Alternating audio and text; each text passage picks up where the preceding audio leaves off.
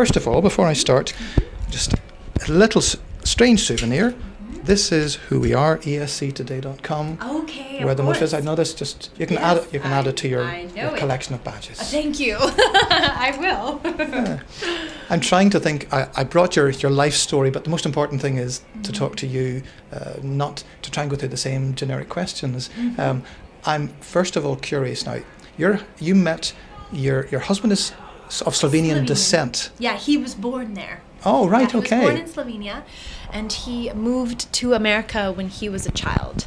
And his family immigrated there from Slovenia, and then they all moved back when Slovenia became independent. So you met your husband in America? Yeah, he was still there. And may I ask how? At a friend's wedding, a mutual friend's wedding. Love at first sight? Absolutely, yes. He's a very dashing man, and there was definitely an energy there. Is it difficult for him to be married to somebody who's in the music industry? I mean, no, I don't mean are you difficult, but is the lifestyle difficult? Actually, that's so funny because he was saying that when this first started with the Eurovision craziness and that I was going to be representing Slovenia, he was, after about a month, he's like, okay, I'm going to start a support group for spouses of spouses in Eurovision.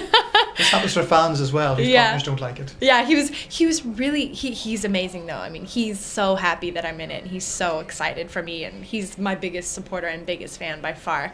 But yeah, it's a lot of craziness for him as well. Is he here or is he coming? He'll be coming the night of, yeah. He'll be here. So your career, I mean, you are a songwriter. Have you always had a passion for music? Is it something that you grew up wanting to do? I've always had a passion for it, yes, since I was a small child. So I've always been performing for people, doing little plays and shows for everyone, making everyone watch me. Definitely, as a performer. How was it coming back from, moving from America to live in Slovenia? It's a slightly different lifestyle.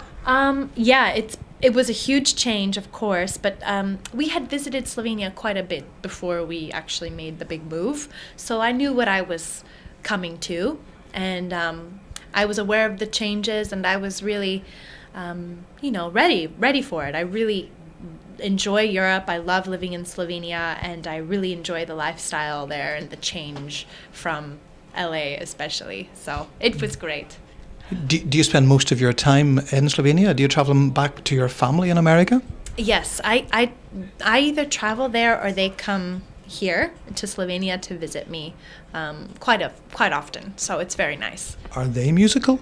No one actually in my family is musical. That's like the interesting thing. No one. My father plays guitar. He's like a private player. He doesn't play publicly at all. That's his hobby. So were you encouraged, if they're not musical, did you get much encouragement then to learn music? I was actually always really self-motivated person, very self-driven.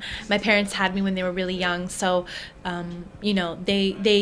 they were always supportive of me, and they were always helping me out and pushing me in the right direction, but I was actually the main driving force behind what I wanted to do, for sure. And did that include things like high school musicals? Oh yeah, I was in quite a few of those. I had the full drama experience in high school. Is it like in Glee?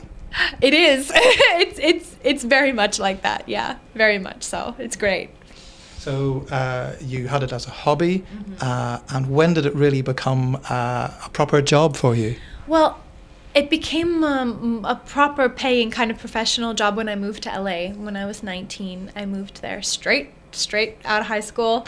The full story, I had like $50 in my pocket, and So you went in search of fame, and I went in search of the whole thing. Yeah, I came to Hollywood to be in music and start my career. And then came Eurovision. What a path, right?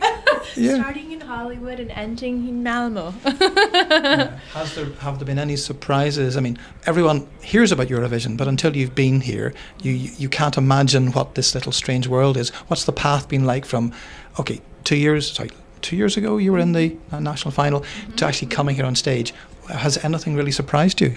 Well, it surprised me first of all that I'm here because it's such a huge honor, and I didn't when I was participating in 2011.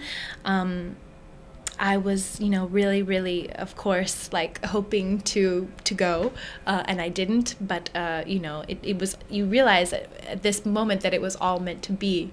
For that reason, it was all. If you hadn't failed, then I wouldn't be here now. So you believe in fate? Absolutely. I think it's a very strong thing. I believe in it very strongly. The last real question is, and try not to ask too many of the regular ones, but you've been on stage, you've gone up and down the catwalk, and you've had the experience. Are you pleased with everything? Is there anything that you think that you need to change, or is it all fundamentally right?